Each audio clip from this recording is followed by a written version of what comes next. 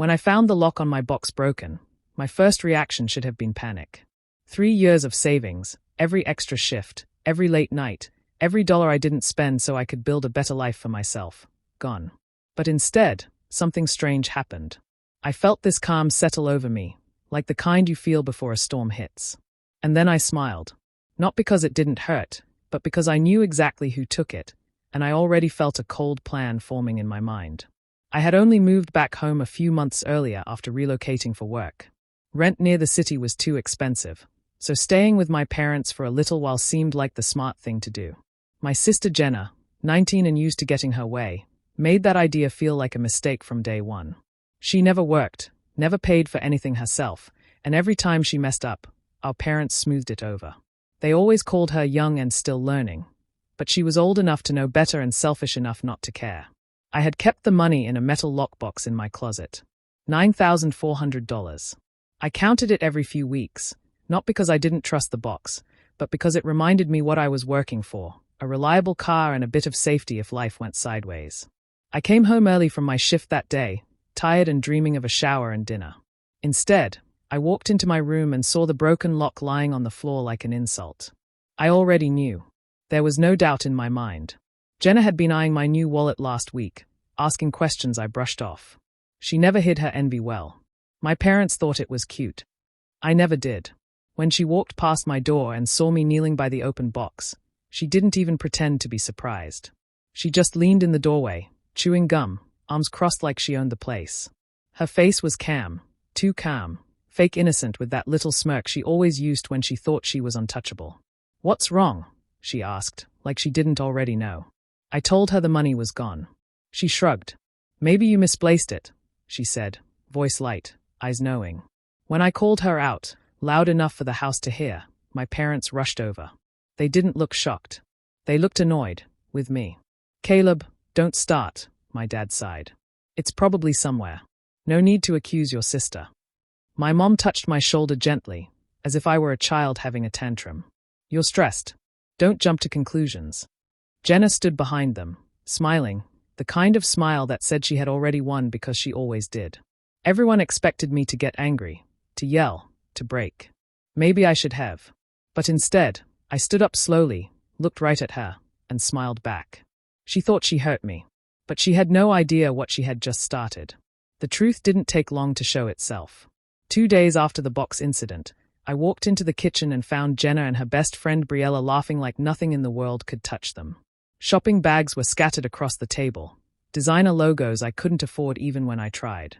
They went silent when they saw me, but Briella wasn't as good at pretending as Jenna. She picked up a sparkling bracelet and said, without thinking, "I still can't believe you paid full price for this. And that hotel room? I thought we were just doing a spa day, not a whole trip." Jenna shot her a look sharp enough to cut glass, but it was too late. My chest tightened. A weekend getaway. Jewelry. Salon bags. Clothes still tagged. My money wasn't just gone. It had been used to fund her little princess fantasy. I didn't say anything at first. I just stood there, staring at Jenna. She froze, and her smile slipped for a second. It was a small crack, but enough to see the guilt underneath. Not the remorse kind of guilt, the kind where someone is scared of getting caught. "So," I said quietly, "that's where it went." Jenna tried to play it off. "Caleb, don't be dramatic. It wasn't a big deal. I'll pay it back." Briella looked between us, finally realizing what she had done, but it didn't matter anymore. The truth was sitting right there on the counter, covered in glitter, receipts, and fake confidence. I picked up one of the receipts, almost $500 for hair and nails. I imagined every late night, every shift I stayed longer because I needed the money, every time I skipped going out so I could save. And she spent it like it was pocket change. When our parents came home that evening, I thought they would finally understand. I thought seeing the bags, the receipts, the trip expenses would wake them up. I explained everything calmly, laid it out without yelling, hoping reason would finally work where emotion failed. But they didn't even look angry. Just tired and disappointed, in me. "She's younger, Caleb," my mom said softly. "She made a mistake." "A mistake?" I repeated, voice shaking. "She stole nearly $10,000. She didn't mean harm," my dad added. "You can rebuild. Money comes back." I felt something inside me crack. They didn't grasp what that money meant to me. It wasn't just bills. It was every sacrifice, every step toward being independent, every night I worked while my friends were out living life. It was security, pride, proof that I could stand on my own. And to them, it was something I could just make again. My stomach twisted. My hands felt cold. I couldn't look at Jenna, smirking again now that she knew they were on her side. I walked to my room quietly, heart heavy, mind buzzing. I sat on the edge of my bed and stared at the wall. It felt like someone had punched a hole through my chest. Betrayal wasn't loud. It was quiet, heavy, suffocating. I wasn't broken. I wasn't done. But in that moment, I felt something shift inside me. The anger didn't scream. It settled deep, steady, waiting. Silence wasn't weakness. It was the start of something much bigger. After that day, Jenna didn't bother hiding anything. She walked around the house in her new clothes, hair perfectly styled, nails shining like tiny mirrors. She acted like she had earned it, like she was proud of herself. Every time she passed me, she tossed her hair or jingled her bracelets as if to remind me what she took. It wasn't enough for her to steal from me. She wanted me to see her enjoy it. One afternoon, she stood at the mirror in the hallway, admiring a new necklace. I walked by, and she smirked without saying a word. It was subtle, but loud enough. She wanted to rub it in. And for a moment, I felt that sting again, the kind that sits in your chest and twists. My parents pretended everything was normal. I tried to talk again once, calmly, thinking maybe they'd understand now that they saw how she was acting. But my dad just sighed and gave me that look like I was the problem. Caleb, let it go. She's young. You're older. Be the bigger person. Bigger person. I heard that a lot growing up. It always meant the same thing. Swallow it, accept it, don't make trouble. It always applied to me, never to Jenna. She never had to be bigger, or better, or kinder. She just did what she wanted, and everyone else cleaned up behind her. Sitting at dinner that night, Jenna talked loudly about her weekend trip, like she forgot I was there. My parents nodded, smiled, asked her questions. They didn't even glance at me. My plate sat untouched. My appetite was gone.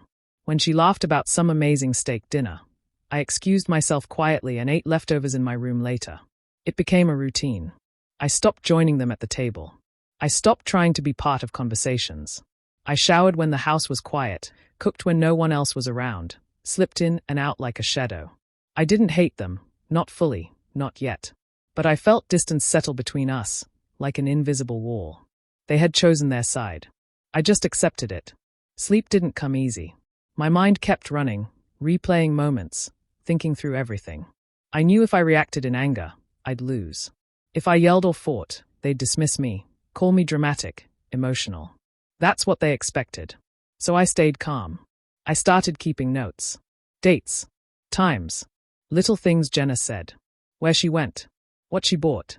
I kept receipts I found lying around, took pictures quietly, recorded memories before they could blur. Not because I wanted to hurt her for fun, but because I refused to let the truth get twisted. In this house, lies always protected her. I needed facts to protect myself. Every night, I sat on my bed with a small notebook and wrote down whatever mattered. This wasn't paranoia. It was preparation. I felt something harden inside me, not revenge exactly, but resolve. I wasn't going to scream. I wasn't going to break. I wasn't going to let them gaslight me into silence. Not this time. They thought my quiet meant defeat. But the silence wasn't weakness. It was focus. It was patience tightening like a knot, waiting for the right moment to pull. I started moving in silence. Not the kind that gives up, but the kind that plans, piece by piece. The first thing I did was take everything important I owned, documents, graduation papers, my birth certificate, the little things that mattered, and pack them into a duffel bag with a solid lock. I kept it under my bed during the day and in my closet at night. I didn't trust anyone in that house anymore. I didn't want to wake up one morning and find something else missing, or suddenly be blamed for something I didn't do. Trust had already been broken. I wasn't going to leave the rest of my life lying around. The next morning, before anyone else was awake, I went to the bank. I opened a new account in my name only and transferred what little I had left. I also made sure to remove my information from anything tied to the family. No shared financial connections, no emergencies, no excuses. If they wanted to treat me like an outsider, I would make sure I stood alone, with my own ground beneath me. I didn't say a word about it when I got home. Jenna was in the living room, painting her nails like she had no worries in the world. My parents were talking about weekend plans. I just walked past them, quiet and steady. The less they knew, the better. I started looking for a place to live. I wasn't going to leave in anger or rush out without thinking. I wanted a clean move, a stable start. I scheduled a rental house viewing for later that week. A small place, nothing fancy, but mine. A spot where I wouldn't have to lock my things or watch my back. I didn't tell my family about it. They didn't deserve to know yet. They would only try to make it sound dramatic or accuse me of running away. But I wasn't running, I was moving forward. That same afternoon, I reached out to someone who had always been fair with me, Mr. Langford. He was an old family friend, a lawyer, someone I trusted since I was a kid. I asked if he could meet. When we sat across from each other in a small cafe, he listened quietly as I explained what happened. He didn't interrupt. He just nodded, letting me talk until I ran out of breath. When I finished, he sighed, looked at me for a long moment, and said, "You have every right to protect yourself. And you're smart for staying calm." He gave me advice, not aggressive, not reckless.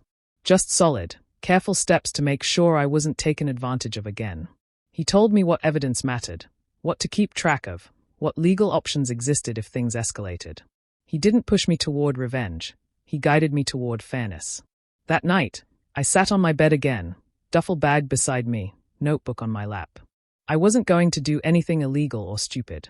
I didn't want to become like them, careless and selfish. No shouting. No chaos.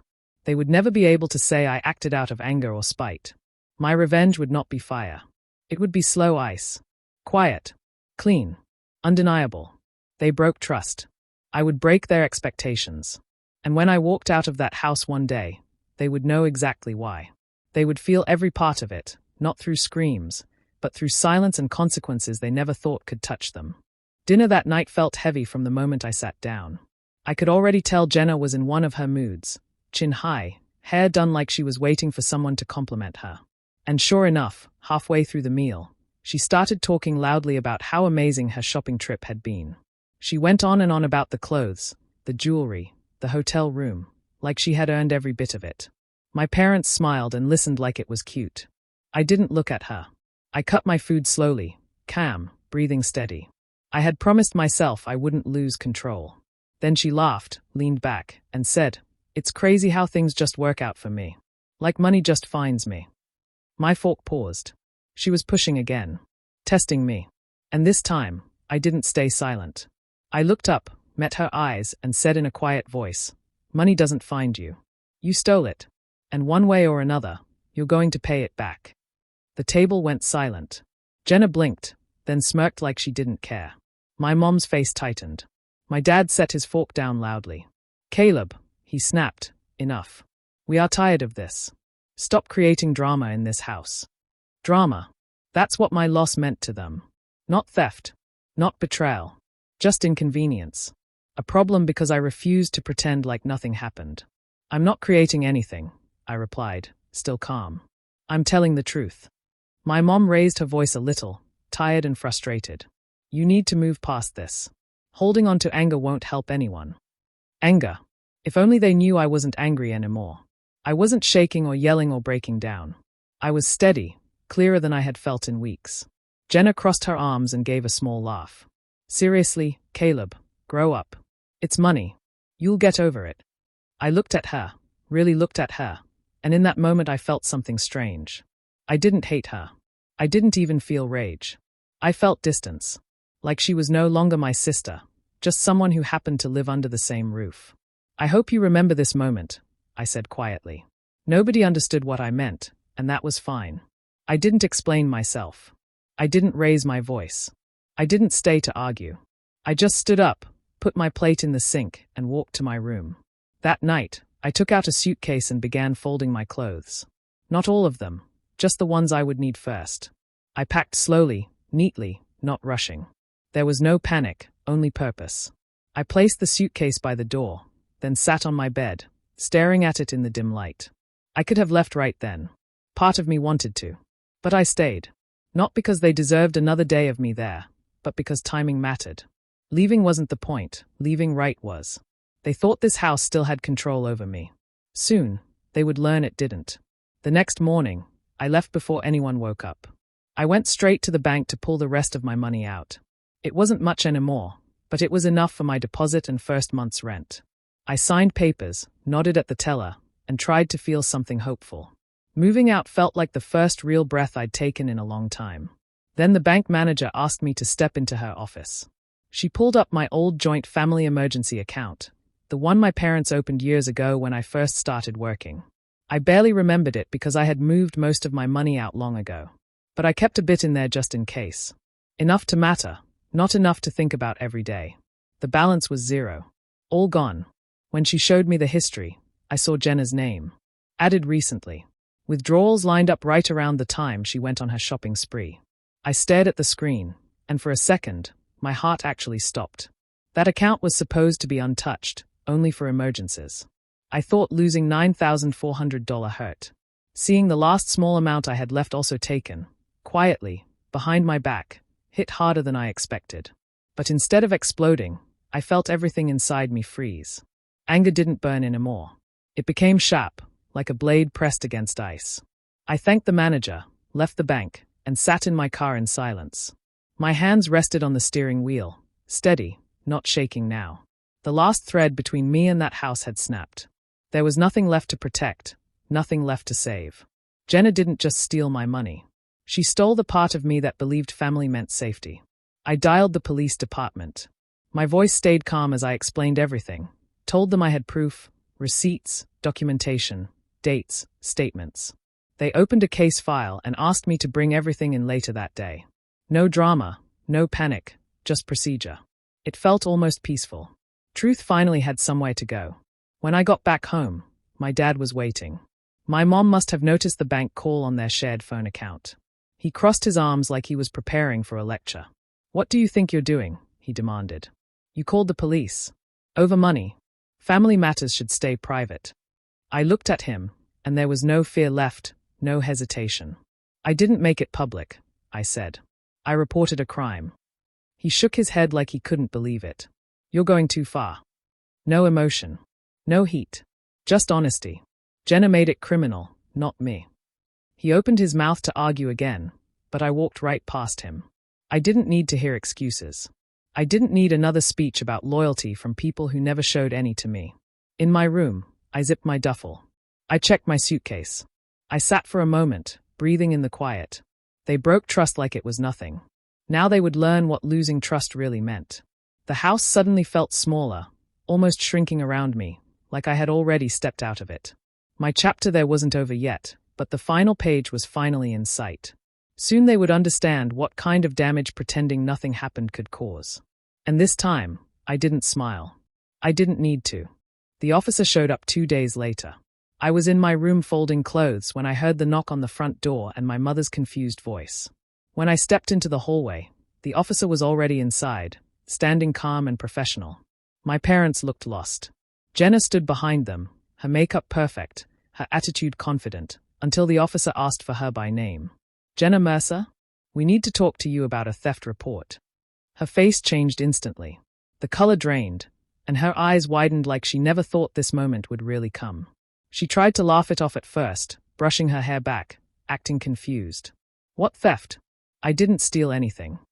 The officer didn't argue or raise his voice. He simply asked her to sit down and answer questions. When he mentioned the exact dollar amount, the bank withdrawals, and receipts with her signature, her fake confidence cracked. Her voice shook. Then the tears came fast, loud, dramatic, messy. "This is insane," she cried. "Caleb's doing this to ruin my life. He hates me. He's trying to get me arrested." I stood quietly near the doorway, hands in my pockets, calm. No shaking, no anger. Just the truth sitting between us like a wall she couldn't climb. My father turned on me immediately. "What the hell is wrong with you?" he snapped. "You brought police into our home. This could destroy her future." My mother wiped Jenna's tears and glared at me like I had betrayed them all. "Why would you do this to your sister?" I didn't defend myself. I didn't yell. I just reached into my bag and handed the officer my folder, printed statements, photos, dates, notes. Everything clean, organized, Factual. The officer looked through it, nodded, then stood. Jenna, he said firmly, you have a short window to return the funds voluntarily. If not, charges will move forward. Jenna sobbed harder. My mother clutched her. My father paced like he was looking for someone else to blame but only saw me. You could have handled this privately, he growled. I met his eyes. I tried. You refused to see it. He shook his head, angry in a way that made him feel small, not powerful. Family doesn't do this. Family doesn't steal, I replied quietly. Family doesn't cover it up.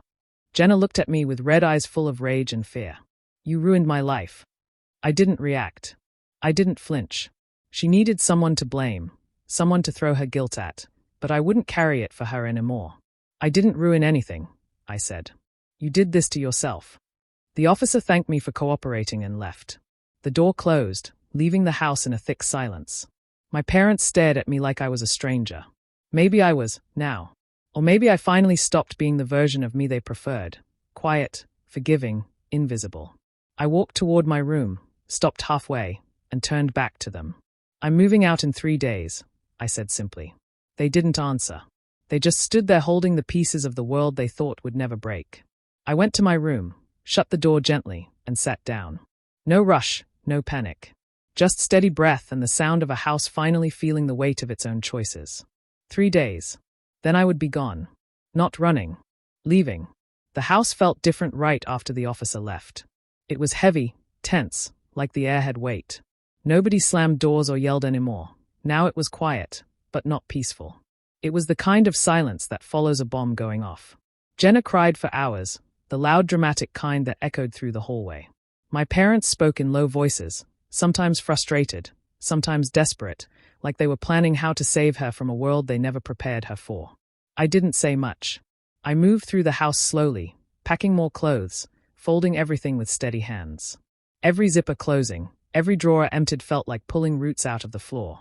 There wasn't anger left, just a tired kind of sadness and clarity. Whenever I walked by, Jenna looked at me like I had betrayed her. But she never once apologized. Not even a whisper of sorry. Only fear for herself. Only complaints about her life being ruined. It told me everything I needed to know. My parents weren't any better. They didn't yell again, but they guilt-tripped me in quieter ways. My father stood in my doorway once, arms crossed. You're really going to leave like this? Over money. Over money. As if it was just paper and not 3 years of my life. I didn't answer him. There was nothing left to explain. Later that evening, my mother tried her version. Soft voice, watery eyes, the gentle pull of someone who believed love should fix things without accountability. We're a family, she whispered. Families stay together through mistakes. I paused while folding a shirt, looked at her tired face. I didn't hate her. Part of me even understood her. She had spent years protecting Jenna, and now reality was hitting harder than she imagined. But love doesn't mean letting people destroy you. Family doesn't steal from me and expect me to thank them, I said quietly. Her face changed. Not angry, hurt. But I had been hurt for years in silence, and nobody heard it. Just because she felt pain now didn't cancel mine. I kept packing. I didn't rush. It wasn't an escape, it was a release. At one point, I opened my dresser and pulled out a small wooden box my grandfather had given me as a kid. Inside were a couple of old handwritten notes and a tiny medal he kept from his service. I carried it toward my suitcase, but then stopped. My mother stood in the doorway again, watching me. That stays, she said, voice firm this time. It belongs in this family. I looked at the box one last time. It did belong to family, real family. The kind that protects you. The kind that stands beside you, not over you. I placed it back gently on the shelf. Okay, I said. Then it stays. I didn't fight for it. I didn't argue. I didn't need objects to carry my identity or my future. Leaving it behind felt strangely right, like setting down the last weight tying me to a place I no longer recognized. That night, I packed my final clothes and zipped the bag. The house was quiet again, but not warm. Just 4 walls holding shared history, now cracked at the center. I lay in bed, looking at the ceiling, listening to distant sniffles and whispered conversations. I once thought this home shaped me, but now I realized it only pushed me to build myself outside of it. Leaving didn't feel like losing family. It felt like finally choosing myself. The next few days moved slowly, like time itself wanted me to see everything change. Jenna stopped crying and started panicking instead. Suddenly those clothes she bragged about didn't look so special. She started selling things online and meeting people at the curb to trade bags for cash. The bracelet she once bragged about went first, then the purse, then the shoes she swore she deserved. Every sale felt like a piece of her pride being peeled away. Even with all that, she couldn't cover everything she took. She wasn't used to paying for anything, and it showed. Watching her struggle wasn't joyful, but it wasn't painful either. It was simply fair. She finally felt the weight of her choices. My parents tried to pretend everything was fine at first, but tension grew fast. My father spent hours in his office, face red, voice low and angry. My mother whispered on the phone late at night, trying to keep things from falling apart. They finally took out money from their own savings to finish paying what Jenna couldn't. They didn't do it for me. They did it to stop the situation from getting worse. But it didn't matter. Consequences still landed where they belonged. On the morning of the third day, I picked up my bags and walked out. There was no emotional speech, no dramatic goodbye. Just quiet steps, a shut door, and the feeling of air getting cleaner the farther I got from that house. I drove to my new rental, a small place on a quiet street with peeling paint and a simple kitchen. To me, it looked like freedom. I opened the windows, let fresh air in, and sat on the floor with a cheap sandwich and a sense of peace I hadn't felt in months. I used part of my remaining money to buy a modest used car. Nothing shiny, nothing fancy, just reliable. When I sat behind the wheel for the first time, I didn't think about what I lost. I thought about the life I was building alone. No one could take this from me. Back at home, I heard through a neighbor that things changed fast. Jenna now had a part-time job at a local store, something she once claimed she was too good for. My parents drove her there every morning, tired and drained. Their voices didn't sound so confident anymore. The perfect image of their family had cracked open, and they had to sit with the truth they ignored for years. It wasn't revenge in flames. It was reality settling in like cold air. My absence echoed in that house louder than any argument ever did. They had to talk to each other, face each other, deal with the mess they created by pretending everything was fine when it wasn't. Sometimes I sat in my new place and thought about them, not with anger, but with distance. I didn't need them to hurt. I just needed my space, my peace, my life back. And walking away had given me exactly that. Months passed quietly, and the calm felt different now, earned, steady, mine. I settled into my new place, worked hard, and after a few months, I earned a better position at work. A small raise, more responsibility, nothing flashy, but it felt like a fresh start. Each morning I woke up without tension in my chest. No slammed doors. No raised voices.